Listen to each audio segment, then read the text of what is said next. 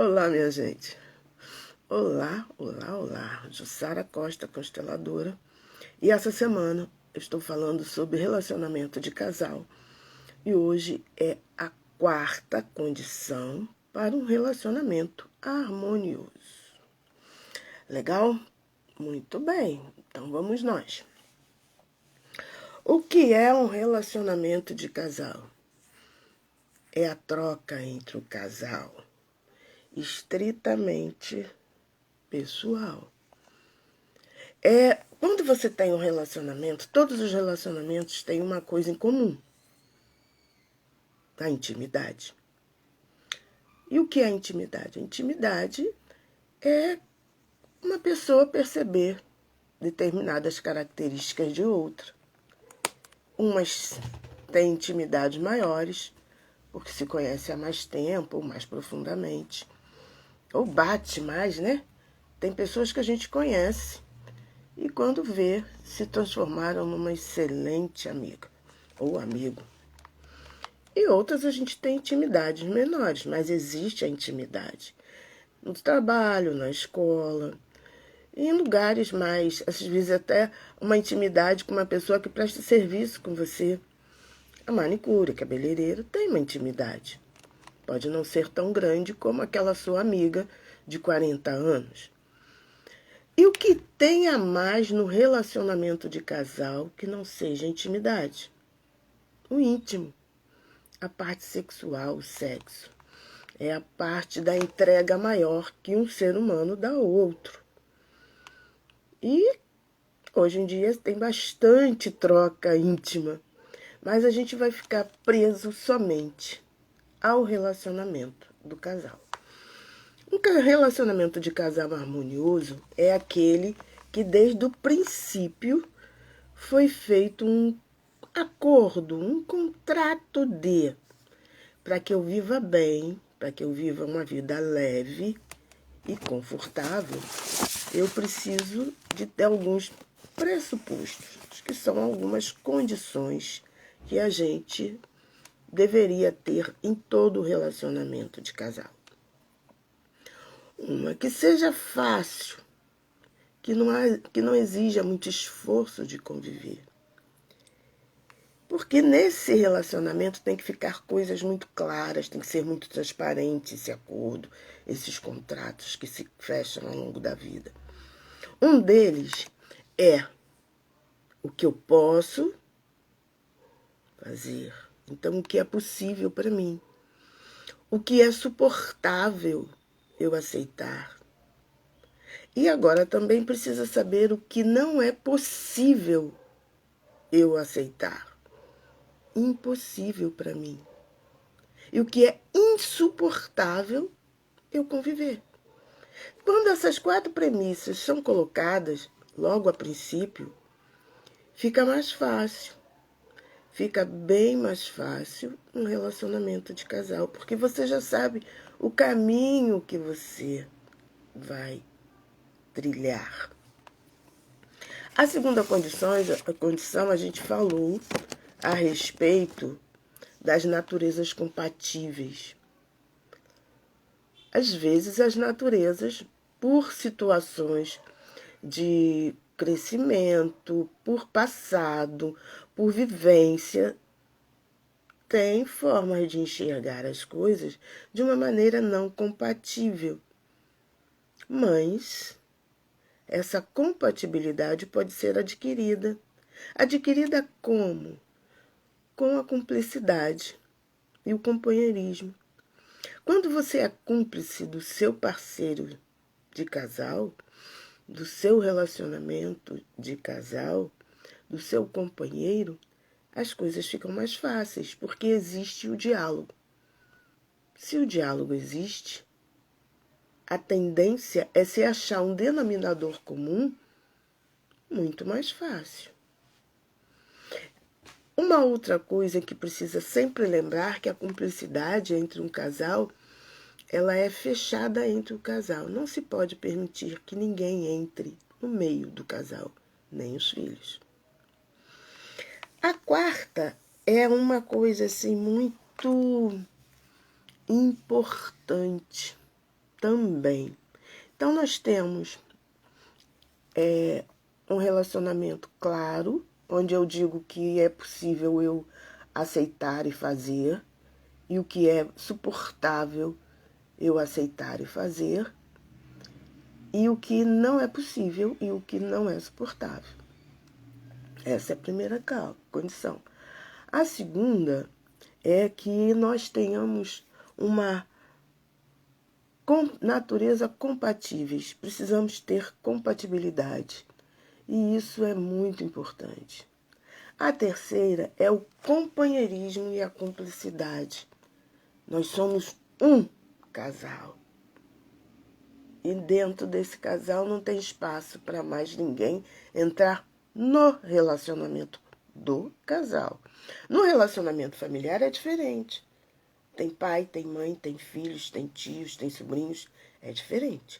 Mas no relacionamento do casal é espaço só dos dois. Não pode entrar ninguém mais. Ok? E a quarta condição é a confiança inerente que tem que haver dentro do casal. Eu preciso confiar no meu companheiro, no meu marido, na minha esposa. Ou na minha companheira. Eu preciso. E eu preciso que ele ou ela confie em mim. Essa confiança, ela se estende por todo a barca, né? Ela abarca tudo que ocorre no relacionamento do casal, dentro do casal e fora dele. Como assim, Jussara? Como assim? Precisa ter confiança financeira.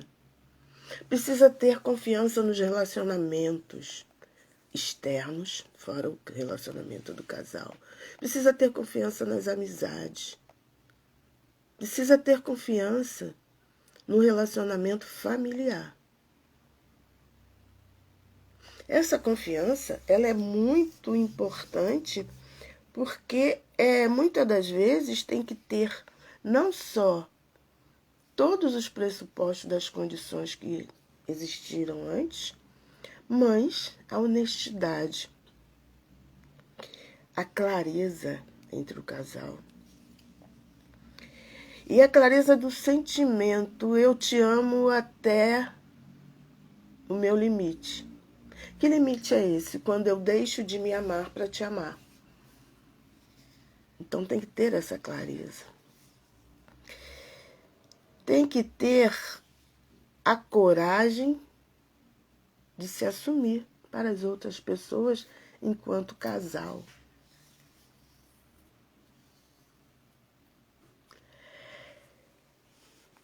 Principalmente nos casos, mas nos casos héteros também acontecem muito. Quando tem uma condição financeira diferente, quando tem uma vivência diferente, quando um tem um patamar e o outro não. Às vezes, é muito difícil ter honestidade para se assumir perante os amigos, perante a família. Então, perante a sociedade em si. Né? E também os homoafetivos. Os homoafetivos, eles têm que ter muito mais coragem. Muito, muito, muito mais coragem para se assumir para os outros. Como assim ele se revela quando ele assume um relacionamento? Porque geralmente, o que ocorre? Os homens, eles fazem muito disso. São amigos. Aquele amigo vai para todos os lugares com ele, aquele amigo viaja com ele. Quando ele consegue se assumir, tem uma diferença. Ele passa a ser honesto dentro daquele relacionamento dele, porque até então não existia uma honestidade.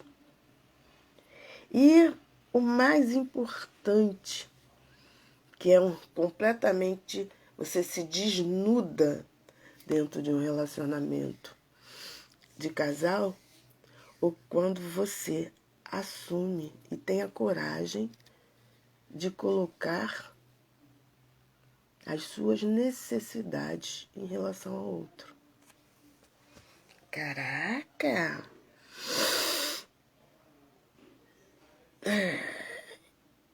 Que necessidades são essas? Às vezes, o outro, ele te dá força para que você trilhe seu próprio caminho. E muitas das vezes, sem o outro, você não consegue trilhar, porque você se acovarda.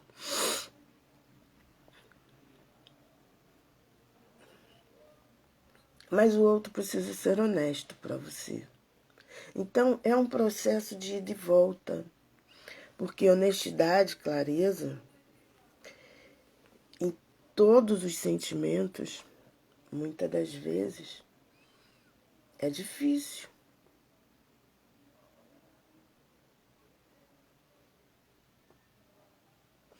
Coragem de dizer assim, eu sou assim. É difícil. Porque a outra pessoa que está do seu lado, lembrando lá do princípio, ela fez uma ideia. Ai, eu tô com tanto frio. Ela fez uma ideia sua, que muitas das vezes não faz parte do seu todo. Faz parte de um pequeno pedaço de você. E você não foi totalmente honesto de se mostrar verdadeiro. Então, muitas das vezes, a sua cumplicidade vai até o parágrafo 2. O seu companheirismo vai até o parágrafo 5. Você teve, sim, colocou o que é possível, o que não é possível, o que é suportável, o que não é suportável, mas até o parágrafo 9. Lembrando que são 20 parágrafos que vocês conversaram. Então, quando precisa que essa confiança desperte em você a necessidade de se abrir. Porque enquanto não existem todas as 5 confianças, amanhã é o dia da quinta, o relacionamento do casal tem espaço para brechas. E aí, a partir do momento que a brecha se faz, se não corre, não sustenta e não repara a brecha, a tendência é o relacionamento de casal acabar. Poxa, mas era um casal tão lindo. Sim, era um casal maravilhoso. Mas entre eles, ele era lindo pra gente. Mas entre eles, tinham brechas. Faltava coragem para assumir as suas necessidades. Faltava coragem para assumir que algumas coisas não seriam suportáveis e ia sendo empurrado com a barriga. Faltava claro que a confiança era uma confiança capenga, porque um não sabia o quanto o outro ganhava. E eles não tinham uma renda familiar do casal.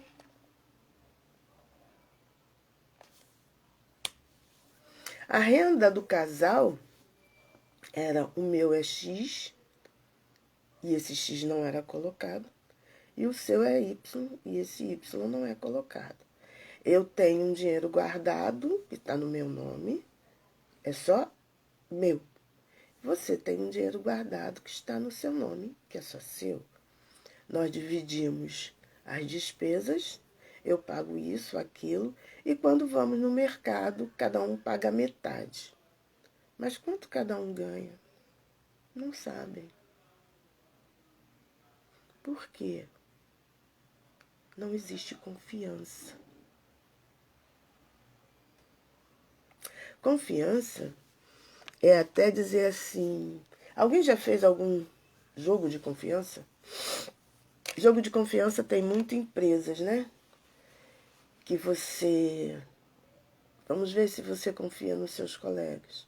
Você fecha os olhos, cruza os braços e se joga para trás. Você tem que confiar. Porque se você não confiar e aquelas pessoas não forem realmente confiáveis, você cai. Então, o casal precisa fazer esse jogo de confiança. Se eu fechar meus olhos e me jogar, você me segura? Se pergunte se no seu relacionamento de casal existe a confiança. Se você se jogar de olhos fechados e deixar seu corpo ir sem nenhuma resistência, se seu parceiro ou parceira, seu marido ou esposa, vão te segurar. Isso é confiança de vida. Porque não é só ter confiança financeira. Eu tenho confiança financeira no meu casamento. Beleza. Mas o meu marido não vai às reuniões de final de ano do meu trabalho. Por quê?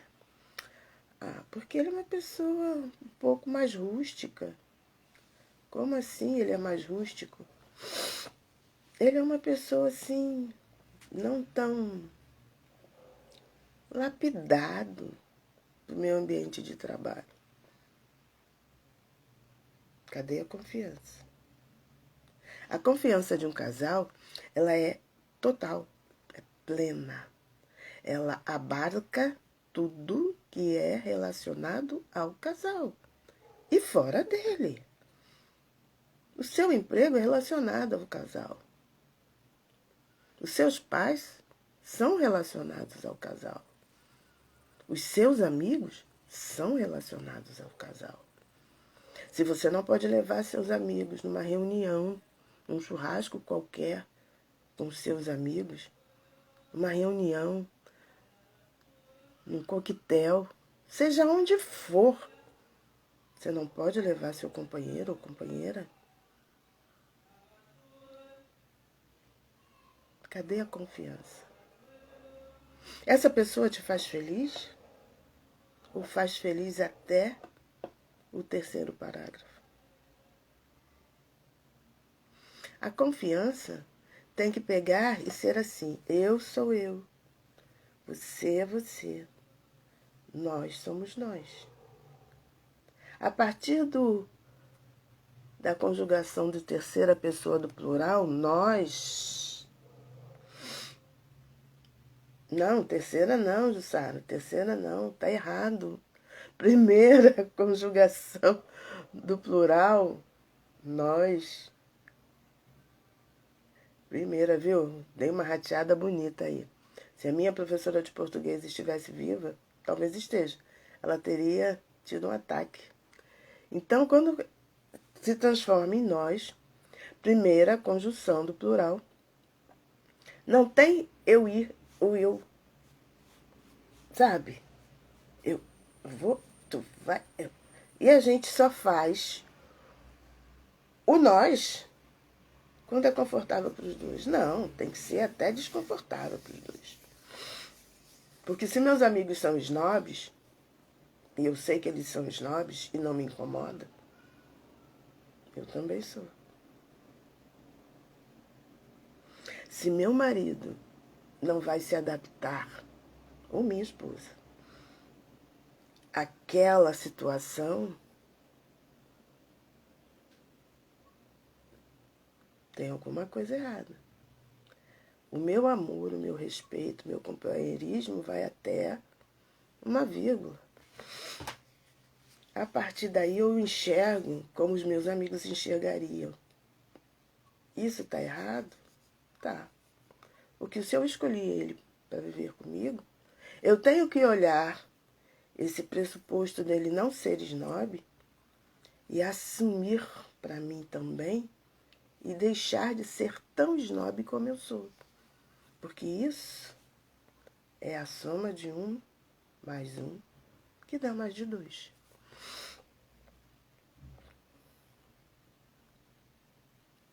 Cadê minha cumplicidade nisso? Cadê meu diálogo nisso? Cadê a minha confiança de dizer para o meu companheiro ou companheira: querido, olha só, eu amo você, mas você comer da maneira que você come, feito um louco, como se a comida fosse fugir, uma coisa meio ilógica. Só tem eu e você aqui dentro. Você não precisa usar todos os talheres que tem na mesa, mas você precisa ter um pouco de paciência para mastigar e engolir. Eu falei nos dias atrás, que a gente educa e se educa através do companheiro. Então, muitas das vezes, a gente educa pelo exemplo. Lógico que nem sempre todo mundo quer ser educado. Sou como sou. Você casou comigo como eu era. Sim. Eu não quero mudar você. Mas você é uma pessoa inteligente e capaz o suficiente de melhorar, de evoluir. Porque você é um ser mutável. O outro já fica pensando assim, cara, essa pessoa tem confiança em mim. Essa pessoa acredita em mim. Ah, mas eu não tenho jeito para essas coisas. É só observar o que está se passando entre eu e você, da maneira com que eu como, da maneira com que eu me porto. Pigmalião pegou uma mulher que ele amava e transformou numa dama. Foi difícil para ela. Mas quando ela se viu uma pessoa diferente e melhor, ela ficou satisfeita. Mas ela era bem chucra. Mas ele fez a diferença, a evolução dela, com amor. Porque o amor que ele demonstrava para ela passou a confiança que ele tinha nela. E essa confiança, ela tem que viver dentro do casal, ela tem que imperar no relacionamento do casal. E isso é muito lindo. Quando você vê que não existe só a cumplicidade e o companheirismo, mas existe aquela confiança de um para o outro.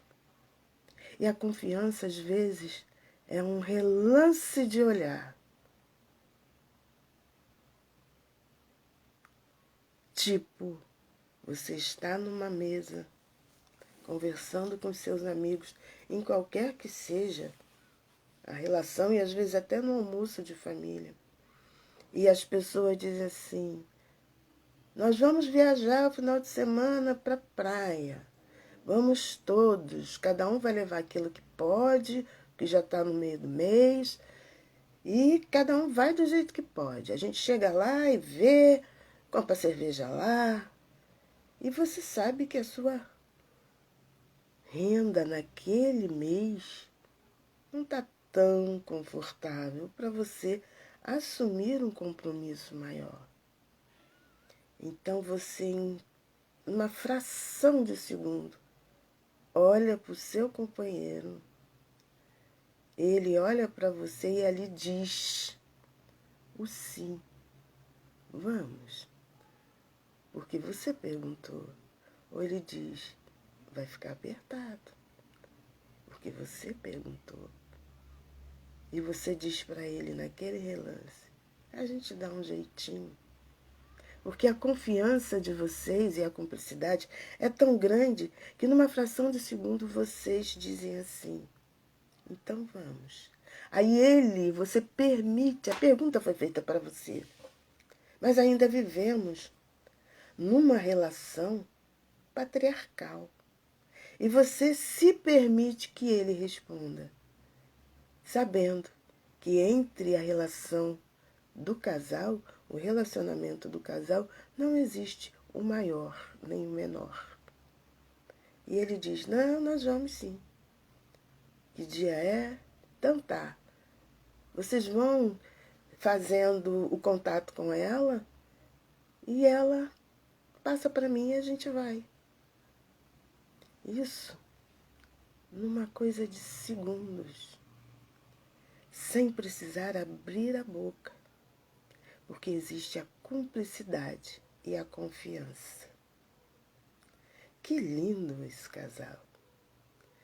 Ele sempre se expôs por ela e ela sempre se expôs por ele. Ele nunca precisou ficar escondido, porque sempre teve coragem de assumir suas próprias necessidades perante ela e teve coragem de assumir a pessoa que ele escolheu para conviver perante todos. Da mesma maneira que ela fez a mesmíssima coisa. Não se escondeu, nem escondeu as suas necessidades dele. Demonstrou e às vezes até verbalizou a necessidade que ela tinha em relação a ele. Da mesma maneira com que mostrou para todos e assumiu honestamente aquela pessoa. Gente, quando você assume alguém honestamente, você mostra para as pessoas que você também está se assumindo honestamente. Mesmo se você for uma pessoa arrogante e a sua pessoa que você escolheu seja mais cordata. Quando você assume isso, você está dizendo para ela, é possível viver com alguém mais cordato. É suportável olhar a sua maneira de ser e talvez um dia aprender. Como da mesma maneira ele vai dizer assim, é possível viver com alguém tão arrogante. Mas talvez essa arrogância seja necessária para eu aprender a me colocar mais no dia a dia. Então existe a troca, a cumplicidade e o diálogo que muitas das vezes é tão velado que não precisa de palavras. E isso faz parte. Gente, isso sempre faz parte. É interessantíssimo quando um casal está tão próximo, tão ligado, existe uma cumplicidade tão grande que a conversa às vezes é só no olhar. Eu venho de uma mulher muito simples, que tinha uma sabedoria imensa, mas não tinha informação e formação acadêmica. Mas ela era tão simples que ela falava no olhar. Eu, criança, minha mãe visitava muito, parentes, amigos. E eu tenho esse hábito. Estou mudando um pouco. Estou recebendo mais. Já recebi muito mais do que eu recebo hoje. Mas não tem nada a ver de 2020 para cá, tá? Mas minha mãe me carregava para todos os lugares. As pessoas diziam assim, a figura da minha mãe era a bolsa de um lado e o guarda-chuva e Jussara do outro. Se não fosse isso, não era minha mãe. Então, eu fui acostumada a transitar em todos os parâmetros e todos os lugares que minha mãe ia. Todos, sem exceção. E na grande maioria das vezes, ela sentava e eu ficava sentada do lado dela. Quando tinha criança, eu podia brincar. Mas se não tivesse, eu ficava sentada do lado dela. Imagina uma criança de 5, 6 anos querendo olhar. Antigamente as pessoas tinham muitas bibelô, né, que eles chamavam. Muitas coisas em cima dos móveis. Muita decoração de coisinhas pequenas. E aquilo para mim era uma festa. Ou seria, se ela deixasse eu ver. Mas ela não deixava, ela me olhava assim. Ela nem olhava. Ela fazia assim, no cantinho do olho me olhava. Se eu ficasse me mexendo muito na cadeira. Ela só abaixava o olhar 1 segundo e eu podia estar de costa para ela. Eu percebia. Então ela fazia isso, eu sentava e me esticava e ficava. Às vezes ela até levava alguma coisa para eu fazer, mas era raro, muito raro. Então, ela e tinha uma outra situação que eu achava fantástica. Eu sou uma formiga, eu sou uma abelha, eu assumo. E eu adoro doce. E antigamente, as pessoas, e eu faço até hoje, porque eu gosto, eu faço, eu como e acabou. E as pessoas faziam o quê?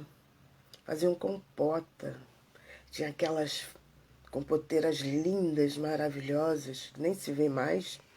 Hoje você só vê vidro com vidro, sem trabalho, sem nada. E quando você vai achar aquilo de cristal, você paga uma fortuna, tira os olhos para pagar. E aquelas compoteiras lindas. Aí vinha doce de abóbora, doce de banana, doce de goiaba. E a gente almoçava. Eu raramente repetia, porque eu sempre comi muito pouco. Mas eu sabia que às vezes tinha coisas que eu gostava. E eu queria comer mais um pedacinho. Aí eu olhava para ela com um olho de me dá mais um pedacinho. Dependendo do que ela achasse se aquilo podia ou não, ela me dava mais um pedacinho. Pedacinho, gente. Não era como é hoje, não, que as pessoas pegam um tacão e jogam no prato da criança. Pegava um pedacinho e me dava. Aí o dono da casa, você gostou disso? Aí acabava aquele pedacinho. Aí a pessoa dizia assim, você gostou disso? Sim, senhora. Come mais um pedacinho. Olhava para ela, ela dizia assim, está pronto, acabou. Não, muito obrigada, estou satisfeito. Querendo comer muito. Mas não podia. Aí chegava a sobremesa e eu via aqueles potes maravilhosos com coisas deliciosas. E tinha que escolher. E só era aquele. Ela não tinha formação acadêmica, não tinha feito Socilas da vida, não tinha feito curso de etiqueta, mas ela sabia que sobremesa não se repetia. E eu tinha que escolher, dentre tudo que eu gostava, uma única coisa. E escolhi. E sobremesa não é comida. Por isso que o prato é pequeno, gente. Então, ela sujava, botava um pouquinho daquilo. Digamos, se fosse doce de abóbora que eu escolhesse, era uma cocadinha. Se fosse doce de banana, era 6 a 8 bolinhas de banana. Se fosse doce de goiaba, era 2 conchinhas daquela da goiaba. E acabou. E um pedacinho de queijo. Eu, enquanto criança, não podia. Às vezes eu olhava assim, o olho comprido, e eu via os donos da casa comendo mais de uma vez, ou comendo de cada uma. Aí o dono dizia assim, ela não gosta de doce de abóbora? Você não gosta? Aí eu olhava se eu podia responder ou não. Aí ela dizia que podia. E eu dizia, gosto. Então por que que não come? Eu nem precisava olhar, porque eu sabia que tinha que dizer, estou satisfeita. Uma vontade louca de me jogar naquela compoteira. Isso era o meu relacionamento com a minha mãe. Agora, imagina o relacionamento com meu pai. Eu me lembro que eu nunca tinha presenciado briga de casal até eu me casar. Porque quando a minha mãe fazia alguma coisa que meu pai não agradava, e ele falava alguma coisa para ela, e ela, tipo assim, não queria dar margem de prolongar aquele assunto, ela cantava. E ela cantava mal a beça. E ela cantava e larari, larará, larari, larará. E ele não insistia. Da mesma maneira, quando ele fazia alguma coisa que ela não gostava e ela questionava, e ele não queria entrar naquele momento em discussão, ele assoviava. Longas músicas. Longas. E ela não discutia. Mas eles chegavam a um denominador comum, porque eles eram cúmplices. E eles chegavam a um denominador comum quando eles estavam no lugar sacrossanto deles. E ali eles conversavam. Como eu sabia? Porque aquela situação que poderia ter gerado a discussão não acontecia mais. Isso é um relacionamento de casal. Ele ganhava pouco e tinha 2 empregos. Mas ela queria criar a filha dela de uma maneira mais confortável. Então, o que ela fazia? Ela ia trabalhar. Ela passava uma roupa, ela lavava uma roupa, ela arrumava uma casa. Eu me lembro que quando eu me formei no normal, no Instituto de Educação, ela queria me dar tudo que eu merecia e que era possível para a minha formatura. E ela queria me dar o baile. O baile, nossa, era o sonho de consumo de toda normalista. Porque, além dos nossos familiares, iam os rapazes da MAN e os rapazes da Aeronáutica e os rapazes da Marinha. Então você vê, iam os cadetes das 3 forças. Muita gente saía casada dos bailes de formatura. Então era aquela coisa que, quando a gente ingressava no 3º ano, era a coisa mais importante, além de passar de ano, lógico, se formar, que tinha em todo o processo da formatura. E meu pai falou que não ia poder fazer, não. Que era muito dispendioso, que eu ia à missa, a colação de grau, mas não ia ter baile. Tá bom. Ela disse, não, minha filha vai ter baile. E ela trabalhou 1 ano, fazendo o máximo que ela podia. Fazendo salgadinho, fazendo bala, que ela fazia aquela bala de puxar no prego, aquela bala de leite. Lavando, passando para os outros, arrumando casa dos outros. E eu tive um vestido lindíssimo. E eu tive a minha formatura no baile. E eu tive os meus convidados. Ele alugou um smoking. Ela, eu não me lembro, era um vestido muito bonito. Eu não me lembro se foi de alguém, algum parente que emprestou. Ela foi com a peruquinha dela, feliz da vida. Quem tem o meu Facebook, a minha foto de capa sou eu e ela. Eu não sei se ele tá junto. Eu tinha uma com eu, ela e ele. Mas eu não sei se ele permanece. Eu não acho que eu tirei. Que eu botei só eu e ela. E ela tava esfuziante, completa.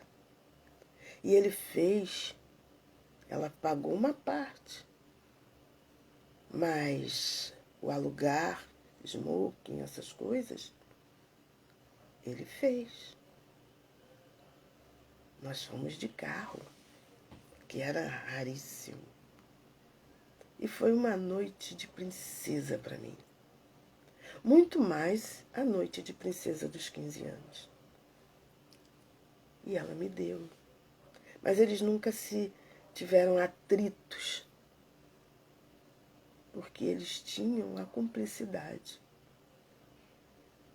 Ele cedeu, ela cedeu, eles juntos me deram esse grande presente. E eu não sabia o que era discussão entre casal, a não ser aquelas que você escuta falar na família. Fulano fez isso com ciclano, fulana fez isso com ciclano, fulana apanhou, fulana, sei quê.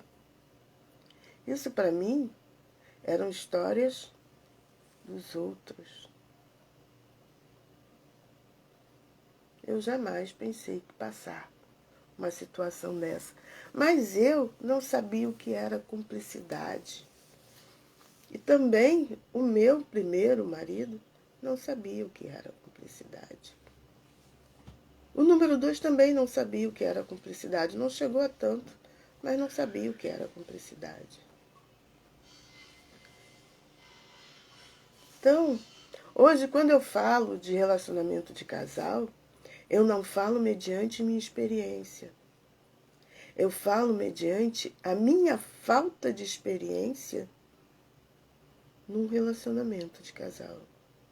E eu falo isso para que ninguém precise ser tão desiludido numa possibilidade de felicidade como eu fui. Mas eu não falo com mágoa, não. Isso tudo foi que me trouxe até aqui.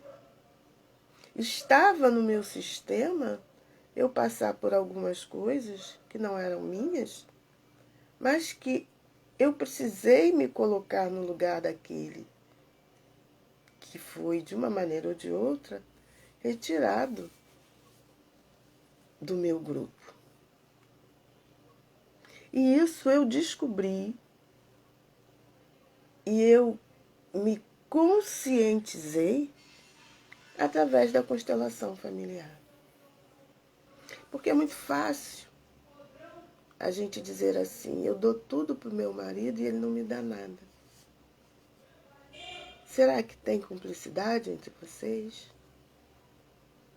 Vocês podem até se amar, mas às vezes não tem cumplicidade, não tem companheirismo. Às vezes uma coisa que você faz é insuportável para ele, mas você nunca quis ouvir. Ou às vezes uma coisa que ele age, de uma maneira que ele age, é impossível você aceitar. Mas por mais que você coloque, ele não aceita que isso é impossível para você. E talvez não tenha a confiança necessária, inerente para se colocar. Muitas das vezes, por covardia, as pessoas vivem determinados infernos dentro de um relacionamento de casal porque não tem coragem, não tem confiança em si mesmo e não tem confiança no outro de dizer assim, isso não é suportável para mim. Porque tem medo de ficar sem ele. É aquele ditado horroroso. Ruim com ele, pior sem ele. Não. Se está ruim com ele, vamos melhorar. trazendo essa pessoa, sendo confiante a essa pessoa e dizendo assim: eu necessito que você me ajude a ajudar você dentro do nosso relacionamento. Eu necessito que você me dê atenção quando eu chego em casa e deixe o nosso filho viver a vida dele. Eu necessito que você seja meu companheiro e minha cúmplice na hora em que nosso filho acha que a gente tem que dar tudo a ele, sem ele se esforçar, sem ele merecer. Eu necessito que você diga para os seus familiares que eu te faço feliz. E por aí vai. Mas tem que ter coragem. Tem que ter confiança de se abrir e dizer para o outro. Porque se você não tem confiança inerente no seu parceiro, a brecha vai cada vez mais abrir. E o seu relacionamento de casal fica capenga. Até o ponto em que um chega e diz: basta, não quero mais viver assim. E geralmente alguém é pego de sobreaviso. Opa, como? Não, mas eu te amo. Me ama até a primeira linha. Tudo que eu disse para você que eu não suportava, que era impossível de eu aturar ou aceitar, você não tomou nenhuma providência. Foram gotas e gotas de água, de lágrima, de chuva, de leite derramados, que chegaram a encher o copo. E o copo está mais do que cheio. E a partir daí, eu não quero mais. Nossa, é horrível você ouvir isso de alguém. E é horrível você falar isso para alguém. Porque existiu um dia um acordo que foi tudo colocado em pauta.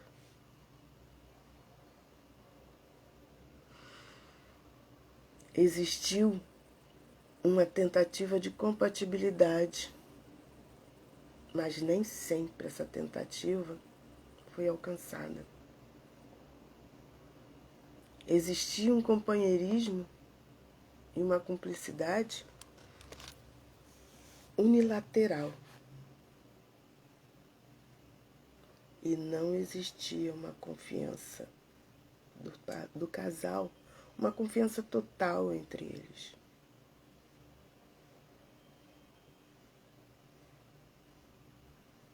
Então, a rachadura começou com um simples risco, uma linha,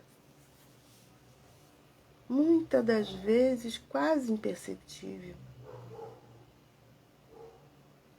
mas a partir do dia a dia, essa linha cresceu, engrossou, se transformou, a grande maioria de homens e mulheres também, numa linha 10, que é uma linha mais grossa. Depois se transformou numa linha de bordar, que é mais grossa ainda. Depois se transformou num barbante. Esses barbantes que fazem embrulho. Antigamente embrulhavam, ainda tem alguns lugares que usam esses. Depois se transformou numa corda. Quando se transformou numa corda, se percebe que eles praticamente nem se tocam. E nenhum dos dois parou para pensar, ou somente um viu que a distância estava aumentando. E geralmente quem percebe a distância aumentando é o que dá um basta. É triste, mas não é necessidade de chegar a isso.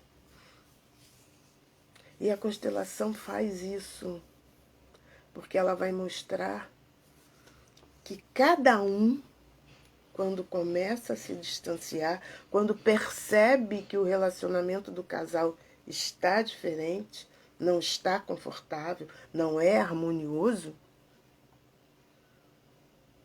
ela faz a constelação, geralmente de um. E esse um percebe o que ele carrega do sistema familiar dele. E se reprograma em função disso, deixando ao outro a possibilidade da mudança, porque eu mudei, eu cheguei mais próximo. E o outro, muitas das vezes, pode nem fazer uma constelação, mas ele vai perceber que as mudanças que aconteceu num companheiro ou na companheira estão sendo benéficas para eles. E ele passa a tentar também mudar. Quando ele percebe e é honesto de dizer as necessidades dele para o companheiro ou companheira, ele pede ajuda.